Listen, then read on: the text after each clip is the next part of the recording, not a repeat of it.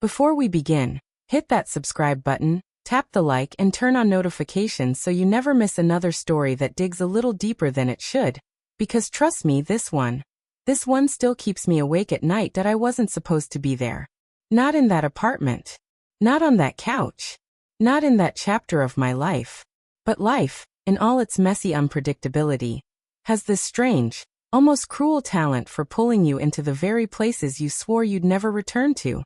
It bends your boundaries, blurs your carefully drawn maps, and drops you right in the middle of a moment you never prepared for. Sometimes it shatters everything, not with chaos but with quiet. And that night, the night everything changed, I had no idea what was coming.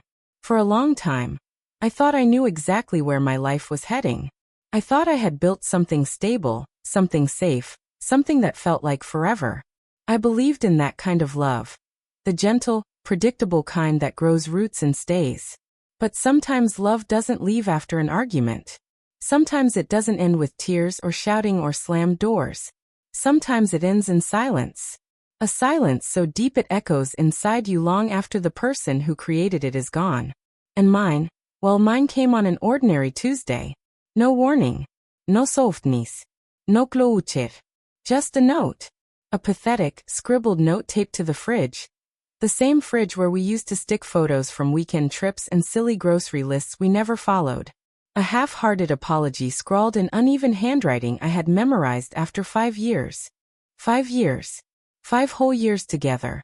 And all I got at the end of it was a folded piece of paper and a house key tossed carelessly onto the counter. Like I was nothing more than a temporary resident who had finally overstayed her welcome. I remember staring at that key. It was cold, expressionless metal catching the harsh kitchen light. Harmless. Simple. Just an object. But the longer I stared at it, the more it felt like a blade pressed into my palm. Until I couldn't tell if the pain I felt was physical, or if it came from the realization that everything I had built, everything I had trusted, everything I had loved was gone. Just like that. The silence that followed was unbearable. Not peaceful, no. This silence screamed. It filled the rooms, seeped into the walls, echoed off the floors. It made my heartbeat sound too loud. It made the apartment feel too big. It made me feel too small. And that's when I called her. Carrie. My best friend since childhood. The kind of friend who didn't need to hear you cry to know you were breaking. She could hear it in the way you breathed. In the way you said hello. I barely spoke a sentence before she cut me off gently, the way only she could. Pack a bag. You're staying with me tonight. She didn't ask what happened. She didn't ask if I was okay. She just knew. That's who Carrie was and still is. The kind of friend who shows up before you even know how to ask for help. I agreed instantly. Not because I wanted to talk, and definitely not because I wanted company, but because staying in that apartment felt like suffocating in slow motion. Escape wasn't a desire. It was a necessity. So I packed whatever I could think of. Mismatched clothes, a toothbrush, my journal, the sweater he once said he liked, and I left. I didn't even turn off the lights. I just walked out the door and didn't look back. Carrie's place was nothing like mine. It was older, taller, with brick walls and high ceilings. The kind of building that looked like it had lived 100 lives before we ever stepped foot inside it. Sunlight poured in through massive windows during the day, painting the floors in warm gold. At night, the shadows stretched long and soft, making the space feel cozy instead of empty. Even in silence, that apartment felt alive. When I arrived, Carrie hugged me tightly, painfully tight, and whispered, "You'll have the apartment to yourself for a bit. Nathan's out of town for work." Nathan. Her older brother. I remembered him vaguely from school events years ago. The quiet one who always sat in the corner with his guitar, half in his own world. He never seemed fully present back then. He always felt like a page torn out of a different story. So when she said he wouldn't be around, I felt relieved. I didn't want to see anyone. I didn't want to explain anything. I wanted to disappear for a while, quietly, without judgment. For 2 full days, I barely spoke to Carrie. I lived like a ghost in her apartment. I drank coffee I couldn't taste. I answered questions with nods. I let the hours blur together like watercolor. I sat by the giant living room window and watched people go on with their lives, walking dogs, carrying shopping bags, laughing with friends. And I wondered how many of them were broken too.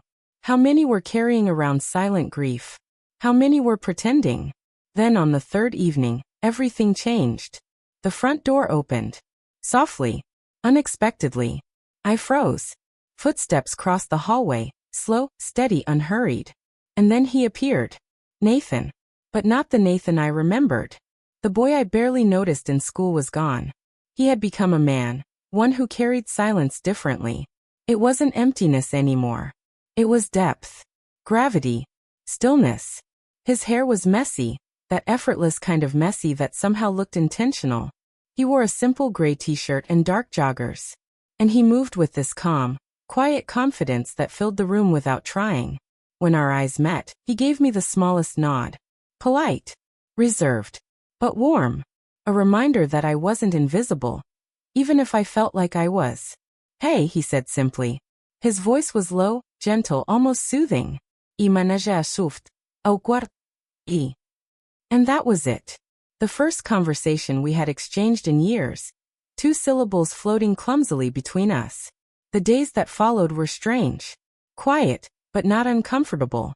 We didn't talk much, but we shared space. A polite smile in the kitchen. A soft thanks when passing the remote. A nod when crossing paths in the hallway. We were 2 people pretending not to notice each other, while being constantly aware of each other's presence. It suited me just fine. I didn't want connection. I didn't want attention. I wanted stillness. A place to breathe. A place to fall apart quietly. But silence never stays empty for long. That I slipped outside for a walk. The air was sharp against my skin, the kind of cold that wakes you up whether you want it to or not. The city hummed under flickering streetlights.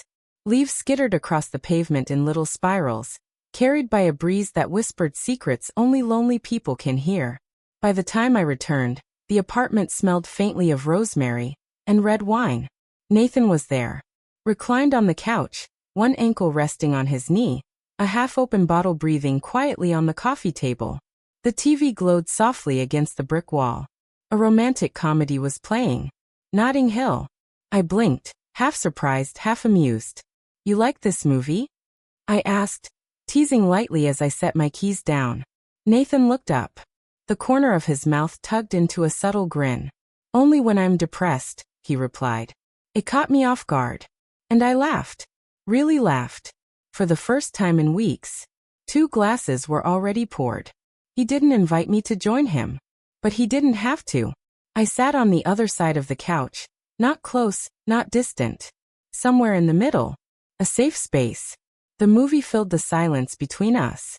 Soft laughter. Familiar lines. The kind of comfort that creeps up on you when you're not paying attention. And then during that quiet, iconic moment, when Julia Roberts said, I'm just a girl, standing in front of a boy, asking him to love her. I felt him look at me. Just for a second. Barely a heartbeat. No words. No shift in posture. Nothing dramatic. But something inside me moved.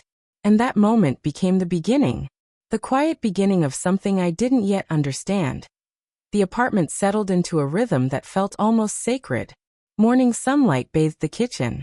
The brick walls glowed gold. Nathan's footsteps became familiar, slow, steady grounding. We developed rituals without meaning to. Sharing coffee in the mornings. Leaving little notes about groceries. Watching movies at night. Sometimes talking, sometimes not. Sitting in silence that didn't feel empty anymore. There was something between us. Not love, not yet. Something softer. Gentler. Like warmth in winter. It was nearly 3 a.m. I couldn't sleep. My thoughts were too loud. My heart felt too heavy. So I wandered into the living room, barefoot, wrapped in an oversized shirt. The room was dimly lit by the soft blue glow of Nathan's phone. He didn't look surprised to see me. Couldn't sleep? He asked quietly. I shook my head. You too.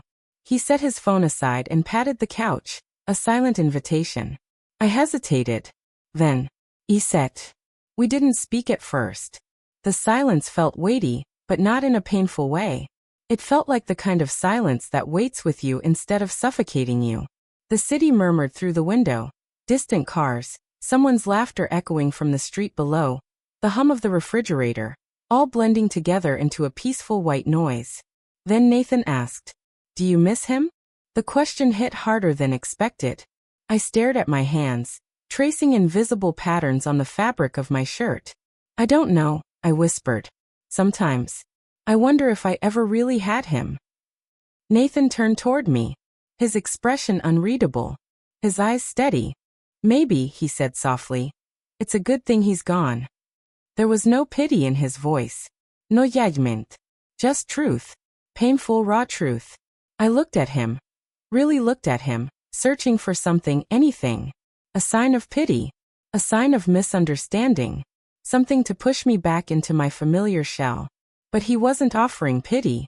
He wasn't offering answers. He was offering presence. And sometimes presence is more powerful than comfort. After a moment he asked quietly, "What scares you the most about all of this?" I swallowed hard. I began slowly. "I think I'm more afraid of being wanted than being alone." He inhaled sharply, like the words caught him off guard. He leaned forward, his voice low, almost a whisper. "You've always been wanted, Rachel. You just never noticed." And something inside me cracked open. Not painfully, gently. His hand rested near mine. Not touching. Just close enough for warmth to spill from one of us to the other. I didn't think. Didn't analyze. Didn't retreat into fear or logic. My heart leaned forward before my mind could pull me back. And that night changed everything. Grief turns you into a stranger to yourself. It makes you forget who you were before the pain. But sitting there with Nathan, someone who saw me not as something broken, but as someone worth seeing, I remembered. Bit by bit. Breath by breath. Nathan didn't try to fix me. He didn't promise the world. He didn't push or pull. He simply saw me. And sometimes, that's enough to begin again. Every glance felt heavier. Every laugh lasted longer. Every brush of skin lingered like a question we were both afraid to answer. We didn't talk about that night. The closeness, the near touch, the shift in the air. Some things are too delicate for words. One morning, sunlight spilled over the counter as I made coffee. When I turned, Nathan was watching me with a soft smile. "You look more like yourself today," he murmured. I didn't ask what he meant. I knew. The grief was no longer defining me, just following me quietly, like a shadow that had lost its shape. And Nathan, he had become proof that healing doesn't always arrive loudly. Sometimes it comes quietly, in shared mornings, in subtle glances, in the simple comfort of knowing someone sees the parts of you you thought were gone. The moment she saw us in the kitchen together, the way we moved around each other so easily, so naturally, she smiled. A knowing, warm, silent smile. She didn't ask anything. She didn't need to. And one evening, as I packed my things to leave, Nathan leaned against the doorway.